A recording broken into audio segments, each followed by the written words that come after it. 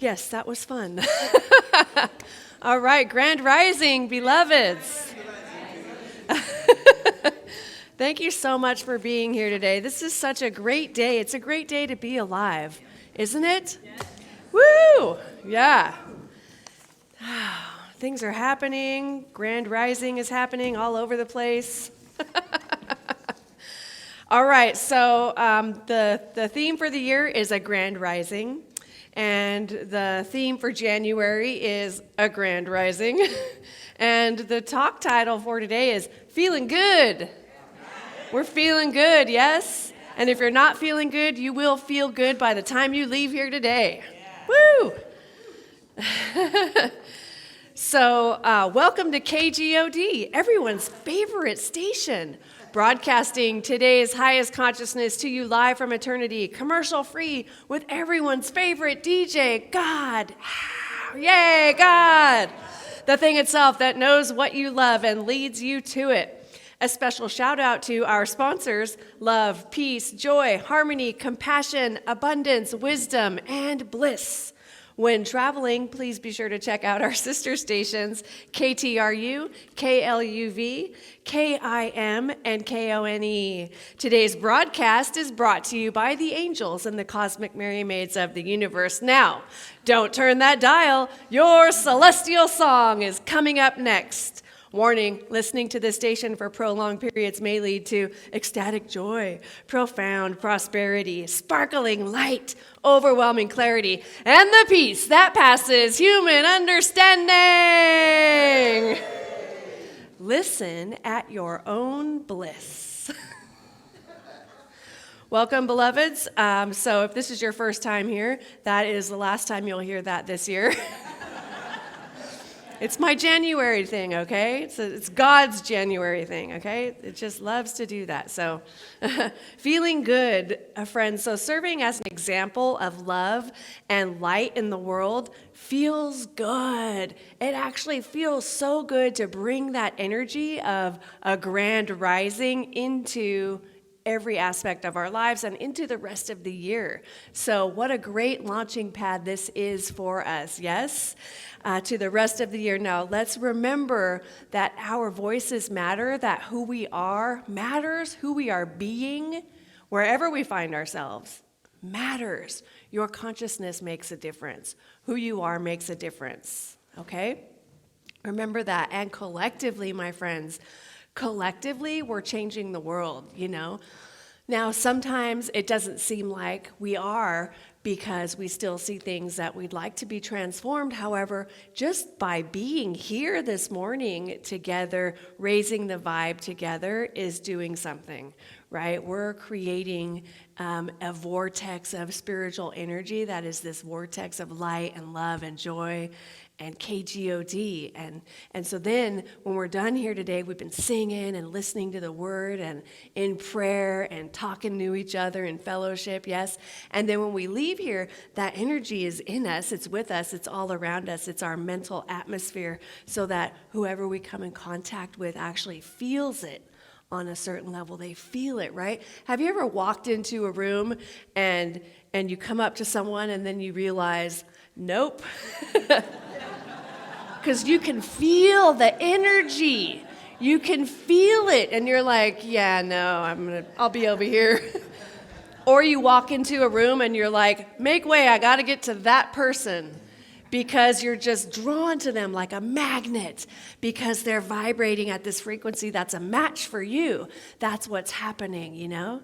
Who we are makes a difference. And feeling good is a very good thing. Now, think back to 2020 as we wrap up this month of January, right? We started out like reflecting back to 2020, didn't we? Where I can't see the clock. That's going to be a problem. Think back to 2020. I see it now. When we went into shelter at home, wasn't that a trip? That was 4 years ago. 4 years ago, right? And so we went into shelter at home, and all sorts of things happened, didn't it? We did things we didn't know we had the capacity to do. Everybody learned how to be on Zoom or some other technology that would allow them to connect with others, because there became this sense of isolation, and we humans need to connect, and we found ways to do it, didn't we? We adapted because we are resilient and we are flexible and we know what our needs are, yes? And so that whole thing just really took us out of our comfort zones, and we grieved about things. We grieved about what was. We grieved about, not knowing what was coming. We didn't know what was going to happen to our friends and family. And remember waiting for somebody to say they had COVID, and then if they did, it was like, right? Remember that? You didn't want to be near them for like 6 months because you were like, just got to be really, really safe, That whole thing, right? And then vaccines, and then polarities were happening. And polarities were already happening, and there was division, and it became more divisive. And just everything that started to happen after that seemed so divisive, right? And that continuation of polarities happened. And then people started to come back and meet in person, and the shelter in place was lifted. And remember, we were all wearing masks for so long. I remember looking out and just not seeing your faces, just masks. That was a trip. Wow. And so things changed, right? And then we were still kind of in between. Have you noticed that in your life, that when changes happen, it's not like you just go fully into the change. There's still some residual from what was going on before, yes? And so it's like you have your feet in both worlds for a little bit of time. And so that occurred in this community as well. We had our feet in both worlds, hybrid and meeting in person, or online and meeting in person. And slowly but surely, more people are coming to meet in person again. Last week, we had 85 people in here. That was a record, not only for my tenure here, but also for Awakening Ways. Wow, yeah, round of applause. Well deserved. People are coming back out into the world again. It's time for another mega shift, is the point of all of that. And so Awakening Ways Center for Spiritual Living can no longer be the Central Coast's best kept secret. It's time for us to emerge into the new world that we have been co-creating. We've been co-creating this, driven by faith, leading with courage, and moving with action. Friends, it is time for our grand rising. Yes? Yes. All right, so if you haven't been here for the last few weeks and you're wondering, why do they keep saying grand rising? What does that mean exactly? So it's just a phrase that is used in place of the term good morning. And so good morning is really about, acknowledging that it's morning and it's good. This is morning and it's good. You might say good afternoon or good evening to somebody, but grand rising is more about, so the spiritual angle of it is that at night we go to sleep and our subconscious and our unconscious are said to be out traveling, doing work in the different realms of existence, yes? And then in the morning, all of it comes back together and we open our eyes. And this idea is that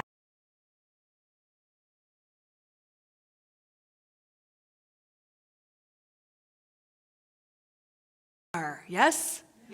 So grand rising, that's what that means, yes. And I wanted to share a little bit about, I love doing these recaps, right? If I'm here for all 4 Sundays, or definitely the last Sunday, I love doing a recap of January. So if you missed 1 or 2, you can get caught up, okay? So January 7th was the first Sunday of the year, right? Yeah, first Sunday of the year. And we kicked off the year with KGOD. And the topic for the day was a grand rising. And this was a day where we did our intention setting and we filled out forms. And I talked about a grand rising, and we introduced our book of the month, The Four Pivots by Jen Wright. And that was a beautiful morning. And then on January 14th, we continued with KGOD, and the topic was It's a New Day. And in any given moment, I reminded us all that at any given moment, we have two options: to step forward into our growth or to step back into safety. And we declared that it was a new day. Today is a new day and anything is possible. And we looked at what it means to move from lens to mirror. We looked at that particular pivot, and we asked the question, what would a grand rising look like within our spiritual center?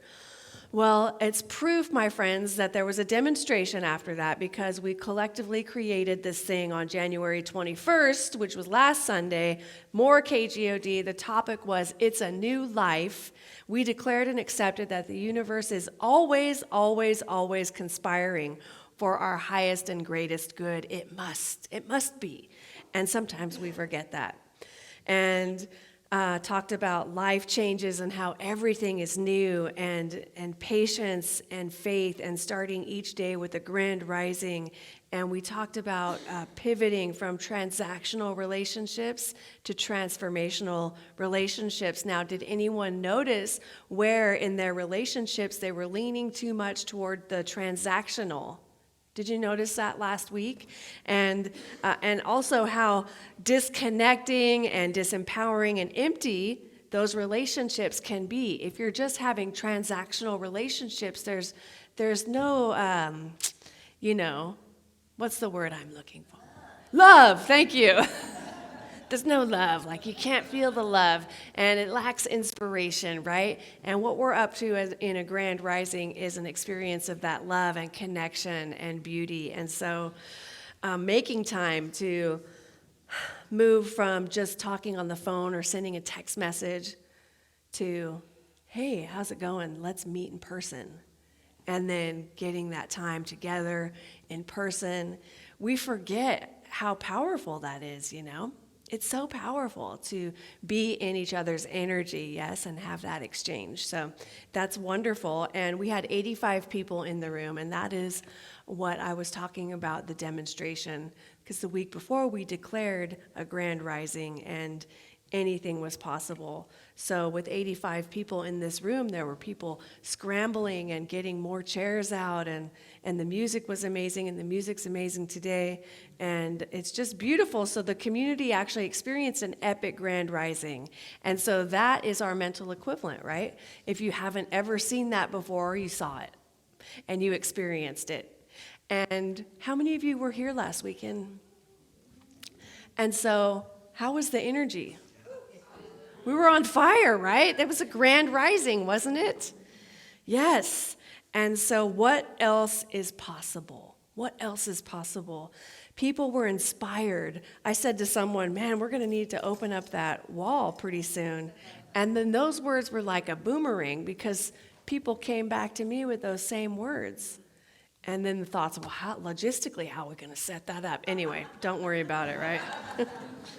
It's funny, right? So that's January, and now here we are. It's a new day, and we're feeling good. We're feeling good. Today, we deserve it, And now the topic, or what I want to focus on in this moment and wrap up January with, is one of my all-time favorite quotes from Ernest Holmes in his Sermon by the Sea at Asilomar. He said, "Find me one person who is for something and against nothing, who is redeemed enough not to condemn others out of the burden of his own soul, and I will find another Savior, another Jesus, an exalted human being." Find me one person who no longer has any fear of the universe or of God or of man or of anything else, and you will have brought to me someone in whose presence we may sit, and fear shall vanish as clouds before the sunlight. Amen. Find me someone who has given all that they have in love without morbidity, and I will have found the lover of my soul. Living from this understanding allows each one of us to live by example and inspire others to do the same. This is how we lead our collective grand rising, my friends, to be for something and against nothing. That's a big calling. And you're going to start to notice in your life where you're against things, and you're going to be able to turn those around and start to create something, reimagine what it would be like to be for something rather than against. Thank you. Oh, I've missed you. Yes. Ernest Holmes was emphasizing the transformative power of a person who embraces positivity. I'm sorry, it's getting warm up here. Thank you, thank you. Woo! Ernest Holmes was emphasizing the transformative power of a person who embraces positivity, unconditional love, and freedom from fear. The quote suggests that someone who is open-minded, non-judgmental, fearless, and filled with love becomes a source of inspiration and salvation for others, embodying qualities akin to a savior or an exalted being, right? You have that capability, is what I'm saying. You have that capability. Not just me up here, not just Jesus.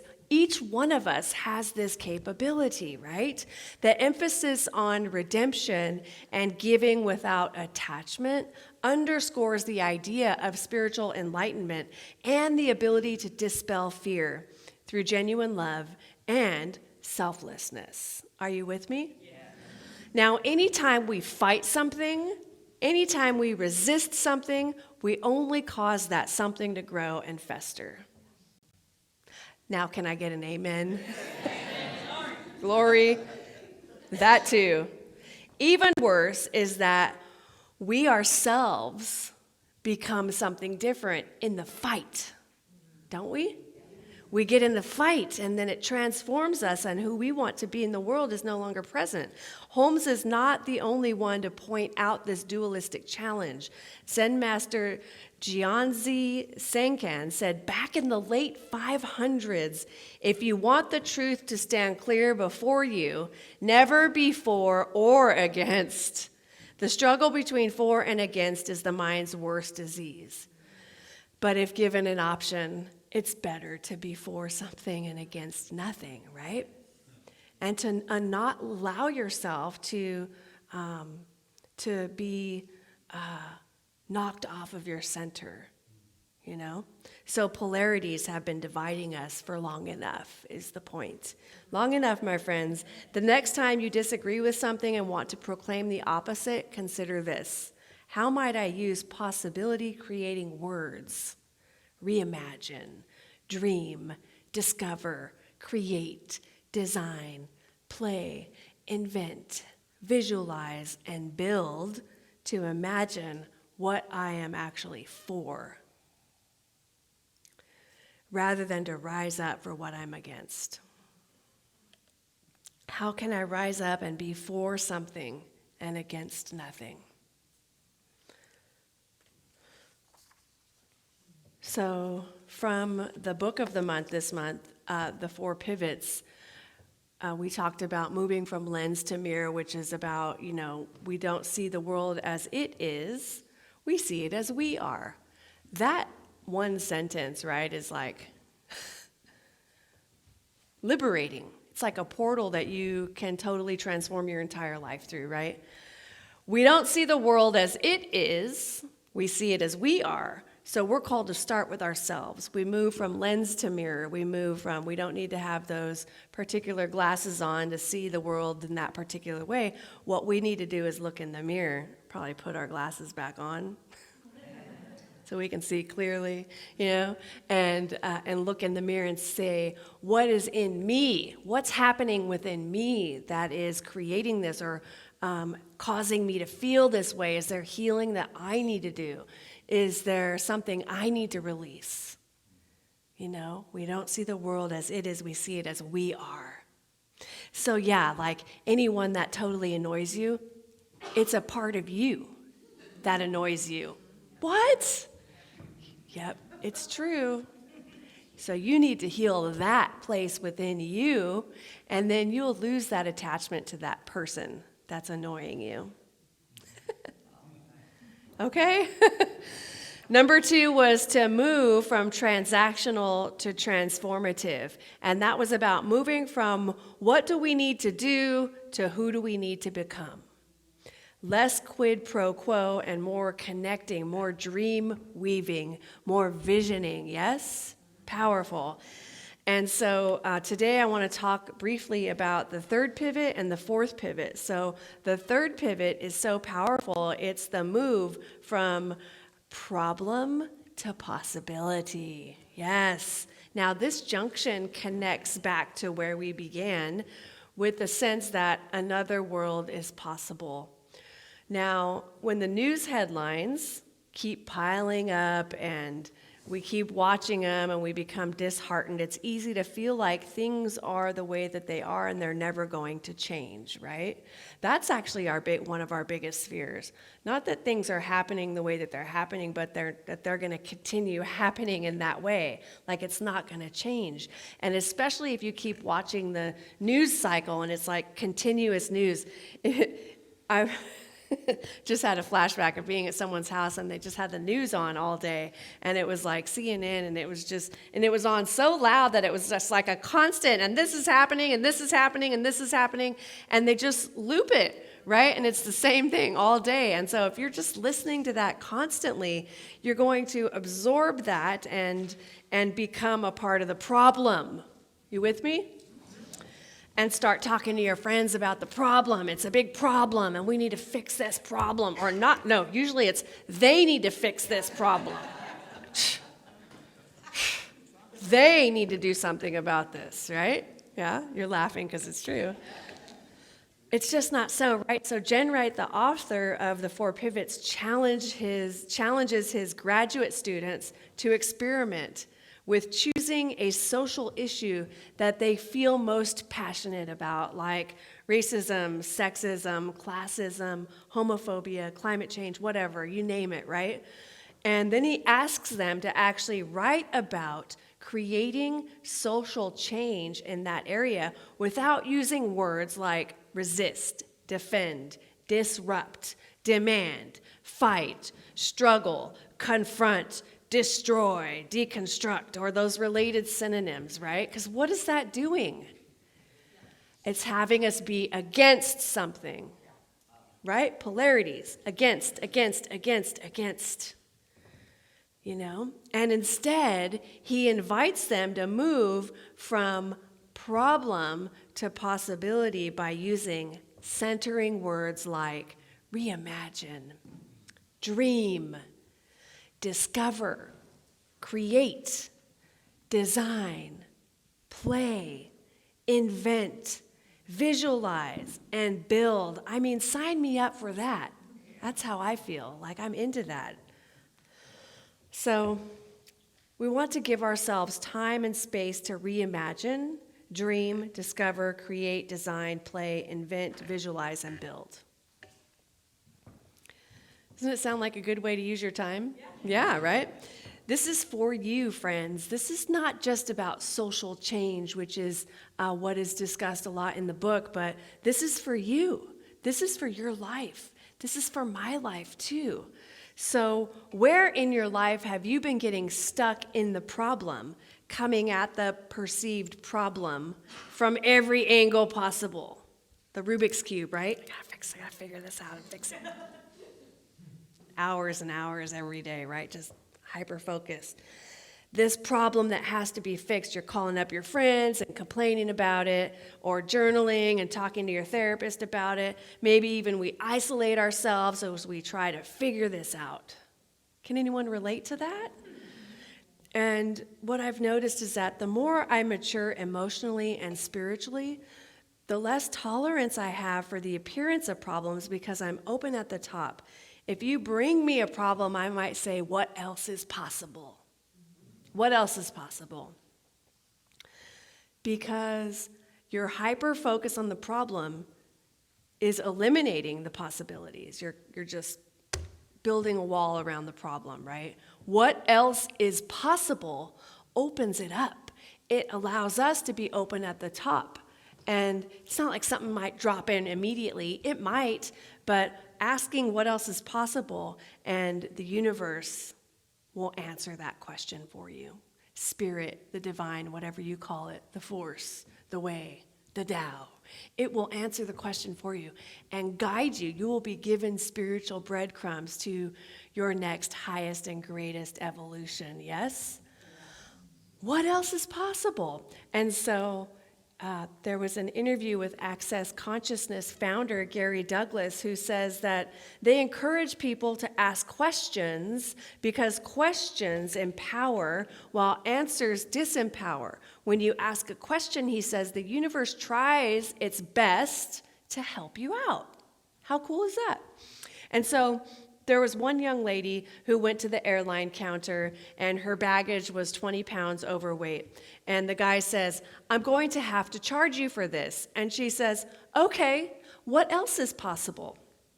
And the guy gets confused and he's like, something's wrong with this lady. And he walks over, gets his supervisor. The supervisor comes over and says, all right, lady, this bag is 20 pounds overweight and we're going to have to charge you. And she says, what else is possible? And he goes, and they tag her bag and send it on through. The disclaimer is that this may not always work, but it does work a lot of the time. Just keep asking what else is possible. Isn't that what you really want? Not things to turn out the way that you want, but definitely a different possibility, right? And usually the different possibility is something greater than you could have possibly imagined for yourself. What else is possible? Let the universe show you. I mean, this stuff is fun. It's good. Let the universe show you what else is possible. Now, isn't it wonderful to be open to all the things that you desire? I just love it. What else is possible? Let's say that aloud. Now turn to somebody near you and say it to them. And then try another person. What else is possible? What else is possible? All right. Yeah, exactly. Makes life a little fun, doesn't it? So, friends, the fourth and final pivot is to move from hustle to flow. This is a big one for me. How about you? Yeah. So the pivot from hustle to flow means that the frenzy, this addiction to frenzy that we have in our lives, which I believe went on complete and total hyperdrive during the pandemic, we filled up our time with tasks and we do all of these things in a day and we feel gratified that we're so accomplished at the end of the day, but it's actually an antithesis to the deep change that we need to have an intentional pivot to flow. So these are the spaces where we can have opportunities for us to think. We need space, right? We need space to consciously think and to connect with the divine and to connect with our intuition. If we're just going from one thing to the next, there's no time for that. Now, sometimes life gets that way, right? We call them in our household a God-nado. It's like a tornado, but we know that God is at the center of it and that it's all about transformation. So it's like a God-nado. There's a powerful thing happening and it's like raising the roof off the place and we're in it, right? We're spinning fast. Do you ever experience those? Yeah, okay, good. God-nados, right? Sometimes that happens and you are moving from task to task, but thankfully, those slow down. But the point is to really be mindful and recognize where we're putting ourselves into this frenzy, moving from task to task without having this conscious time to center and to have space for self-care and self-love and connecting with the divine through meditation or prayer, spiritual education, spiritual fellowship, to be here on a Sunday. Like if you're so busy that you can't be here on Sunday with your people, then you need to check yourself. I don't know who that was that just came through. It's like, who was that? You need to check yourself, okay? It's almost like Marin Eisenhardt or something. My friend. Hi, Marin. Yeah. So we need to have these spaces where things just slow down, so that we can think and so that we can build our relationships and have our relationships actually move from transactional to transformational because we're connecting and we can actually begin to engage in activities that restore us because we need that, yes? We need that. And so it's such a great reminder that our time in these bodies are limited. Our time in these bodysuits are limited. We have this short and precious time.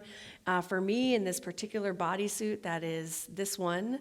And yet even though it's limited, we humans individually and collectively can accomplish mind-blowing feats.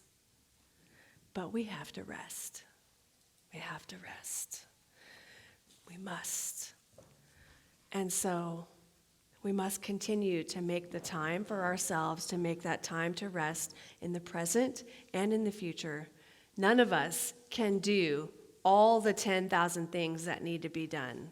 Sometimes it feels that way, right? And then I start adding to my task list in my little notepad on my phone, and then it's like I can't even see the top anymore. It's gone.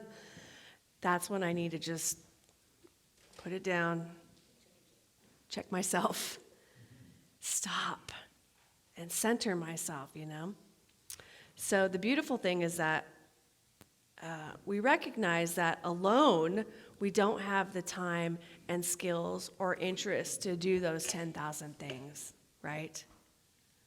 But together we do. Together we can move mountains. And so the shift from hustle to flow is about discerning where you are most authentically called to focus, okay?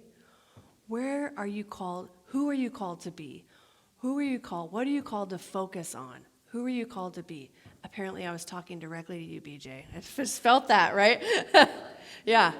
Who are you called to be? What is your focus? And you can focus on that, authentically, right? So influential writer, preacher, and minister Frederick Buechner died at the age of 96. His career spanned more than 6 decades, and he published 39 books. His novel Godric was a finalist for the 1981 Pulitzer Prize.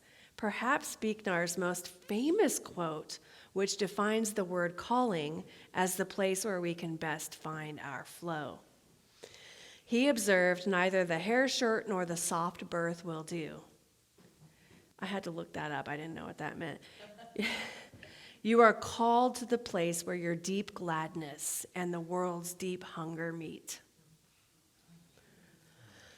Yeah, this is the opportunity for you to be in service. And you know it. You'll feel it. You'll know it when you get to it. You are called to the place where your deep gladness and the world's deep hunger meet. What might that look like for you, my friends? Where is that place where your deep gladness and the world's deep hunger meet? Now, that's personal for each one of us, and you know what that deep hunger is. And it's like you arrive to that space within you.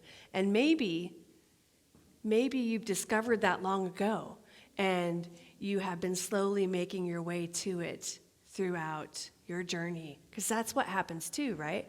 We discover things. We discover our calling. I remember when I was asked on some ministerial panel at some point. They do a lot of panels throughout ministerial school because they're checking your consciousness, checking myself. They're checking me, right? Which I did not like, as you can see. I'm like, you don't know me. Checking us, right? What was I even talking about? They're checking us. I don't even know. What? Panel? Yeah, well, why was I even sharing that? Oh, my calling. Yes. Wow. I was in that, like, you don't know me. I totally went back there. Present moment, here we are, January 28th, 2024. Wow. Aren't we powerful? Like, I was literally there in that room. Wow. If I knew then what I know now, right? But they asked me why I wanted to be a minister. And I did not know. It was a calling. There was something in me that was called. And that's all I knew. That's all I knew. And that was enough. You know? That was enough. It was a calling. And then I remember Dr. Edward Fillion, one of the directors of the educational program for Holmes Institute at the campus, and he's the senior minister in Santa Rosa, CSL.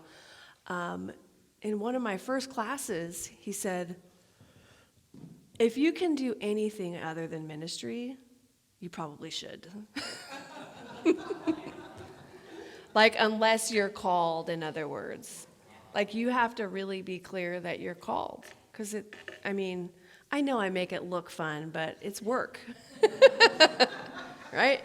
And most of that work is in my own consciousness. Like, I'm looking in the mirror, people are coming to me, mirror, mirror on the wall, I am you after all, and there's stuff happening constantly, right? It's a calling, in other words. It's a calling, you know? So that kind of calling. What is the calling for you? Where is that place where your deep gladness and the world's deep hunger meet? Yes? You will discover that. So I wanted to share a couple of funny things. So it occurred to me this last week that metaphysicians, studiers of the fundamental nature of reality, we metaphysicians don't really like to follow rules. Is that true for you guys? Or we don't easily follow rules, right? I mean, we hear them and then it's almost like we just discard them, right? They'll just file that over there, you know? Is that just me? That's you guys, right? Okay, thank you. You are my people for sure. So I noticed this, and last week I was sharing about that estate auction for my mother, and how things were getting wild, and we were bidding on our own stuff, and it didn't make sense, and like what was happening. Well, we ended up being able to keep all of our stuff, and we only paid a little bit because we caused a lot of work for them. Right? And that was fine. It was fair, right? And then I thought, I'm going to go back and read that contract I signed. And so, like sentence number 1, absolutely under no circumstance should you bid on your own stuff. Do not do that. I was like, oh, wow. And then I'm reading a little more, and it's like sentence number 2. Do not be at the site on the day of the removal of the items, which was last Sunday, right? And nor should you send someone on your behalf. So not only did I send my aunt and my uncle, because I had to come here. We came here. I got to come here, right? Didn't have to. We got to be here with you guys, so sent my aunt and uncle over at 8:30 a.m. to let them in, and I even texted them, and they will be there for the entire day to make sure you don't sell our stuff. I know, right? And that second sentence, do not, under any circumstance, come to the site and don't send anyone on your behalf. I was like, man, what? I sense a pattern here. You know? Didn't I read this? Didn't I read this thing? It's just another testament to what happens when we're in grief. Of course I read it. It didn't matter, right? Something else was happening in me, you know? Something was happening in me. So if you're grieving the loss of anything in your life right now, give yourself a break, you know? There's something happening, right? It was like an honoring of my mom, a remembering, and it's still happening, and it will continue to happen. But, you know, those things like you start bidding on things that you don't need to do, and it's just interesting, give yourself a break. So that was the lesson for me, give myself a break. And then it seemed like I've been in this vortex for over a month now. Well, I have been, right? I have been, and a lot has happened. And I shared with you also that one of the other things that happened is we now have Roxy, the Yorkie. and it occurred to me that we hadn't shared with our landlord that we also had Roxy. So I was just out on a walk, and I'm like, oh, yeah, I'm going to give him a call, And I'm like, oh, by the way, we have my mom's dog. Well, that's a violation of your lease. What? Did I read that lease? Man, that's like strike 3, right? That's the third one, and then it was like, wow. I am a 100% metaphysician, unintentional breaker of rules. So I think, right? It's just fascinating, So he was really cool about it, but it's so interesting the way we move through our lives, and we're constantly learning more about ourselves and constantly becoming more of who we came here to be and letting go of who we are not so we can really be all that we came here to be. It's just all part of that, right? And having that self-awareness of who you're being and who you are in any given moment is so important to remember that, yes, your consciousness makes a difference. Who you are makes a difference. You being here today has made a difference in my life, in the life of those around you, and in this entire community. And it makes a difference when you go out of here. This is so true for all of us, yes? Yes. Yeah. And it's so beautiful. So the other thing is, a reminder to give yourself a break. Be gentle with yourself. Yeah? So to wrap it up, get the book if you haven't already. I think we've already sold out, but this is a great book for you to have, the 4 pivots, and you can use these 4 pivots as a guide for your own lives, similar to the 4 agreements, right? I mean, that was life-changing, wasn't it? So these 4 pivots can be life-changing for you to use in your life and to notice where are you from coming from a place of having a lens where you should be or ought to be pivoting to looking in the mirror and looking inward first, and where in your life can you definitely move from transactional to transformative, move from that quid pro quo and that to-do list into the to-be list. Who have I come here to be? Who am I up here to be? Who am I in this situation to be?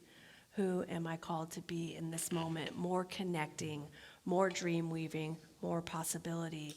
And oh, by the way, let's also use that 3rd pivot to move from from problem to possibility. Moving from the identification and admiration and analyzing of the problem into what else is possible. Well, that may very well be, but what else is possible? Then you step out of something and into something at the same time, right?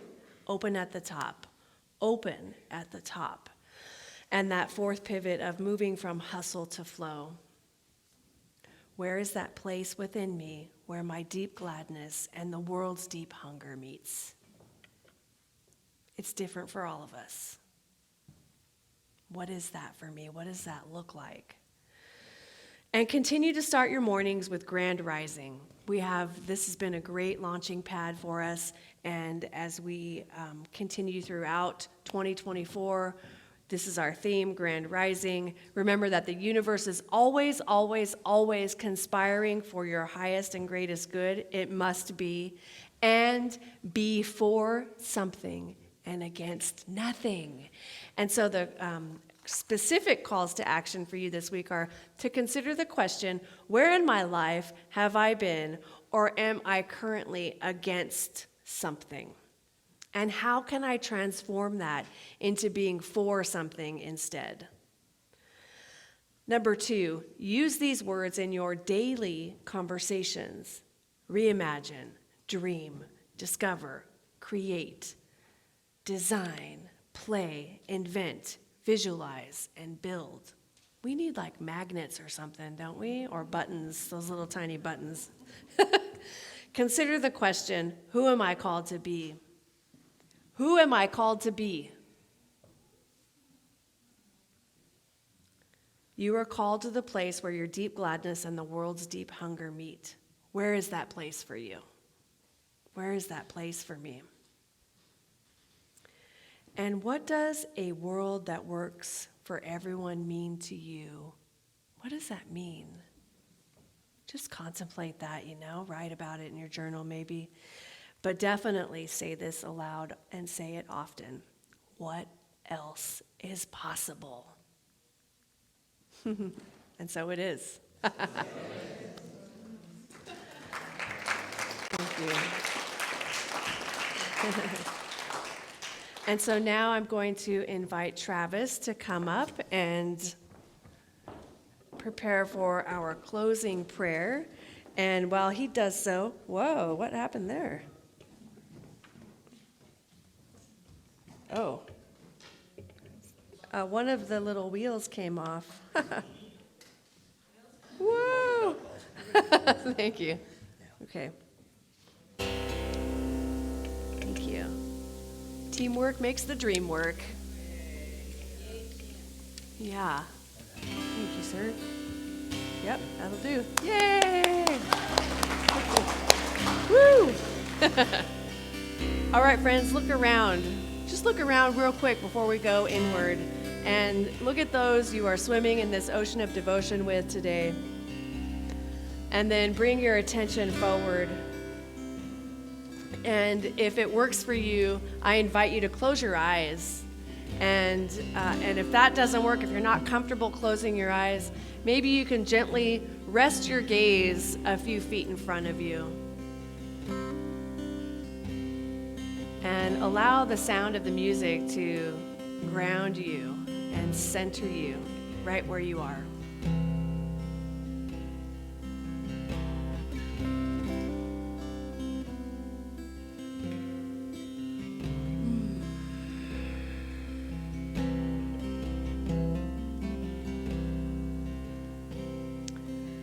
And feel your feet on the ground, connected to the earth, and know that you are rooted in the divine. We are rooted in the divine right now. And at the same time, know that you are open at the top. Each one of us is open at the top.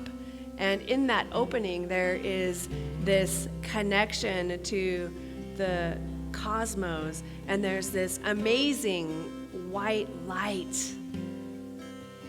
And it's flowing in both directions. And it's this sparkly, clear light, and it is good.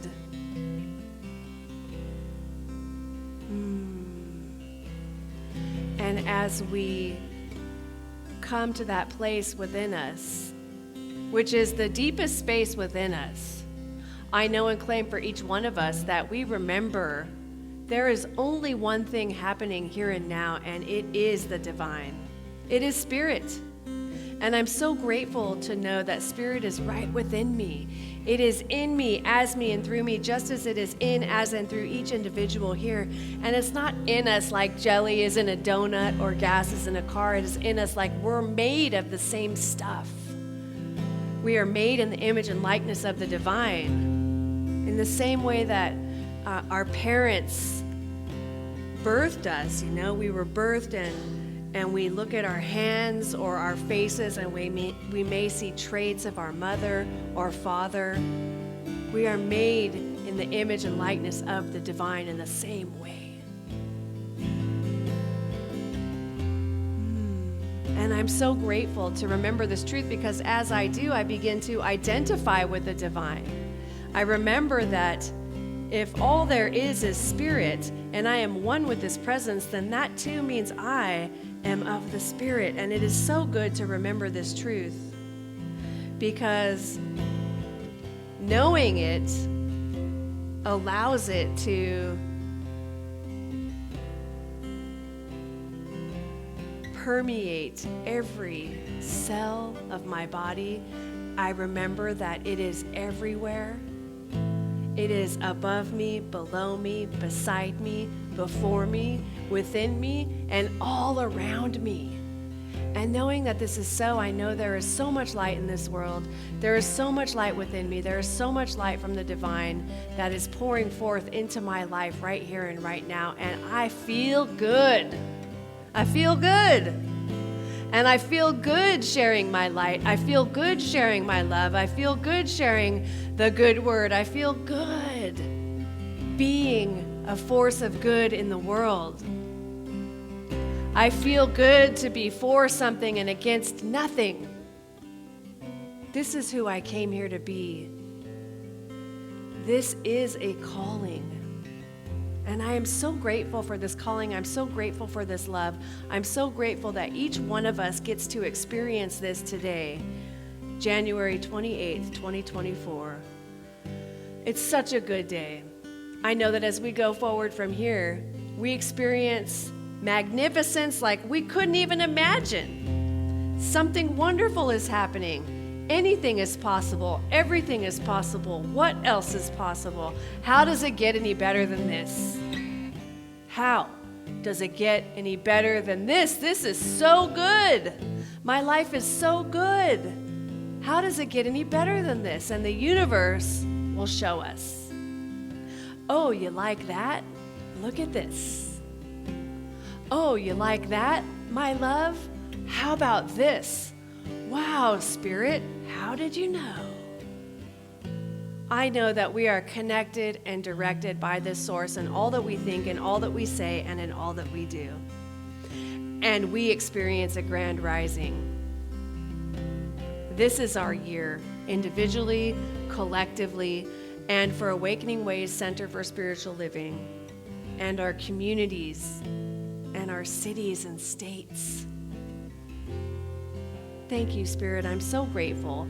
I'm so grateful for this love. I'm so grateful for the blessings that are on their way. I'm so grateful to know that I am well blessed and highly favored, and this is true for all of us. And so with great gratitude, I can tie this all up with a beautiful bow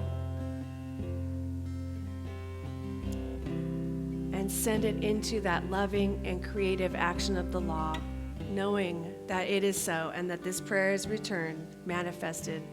That's the way it works. It is the law. And I allow it to be, and so it is. Woo!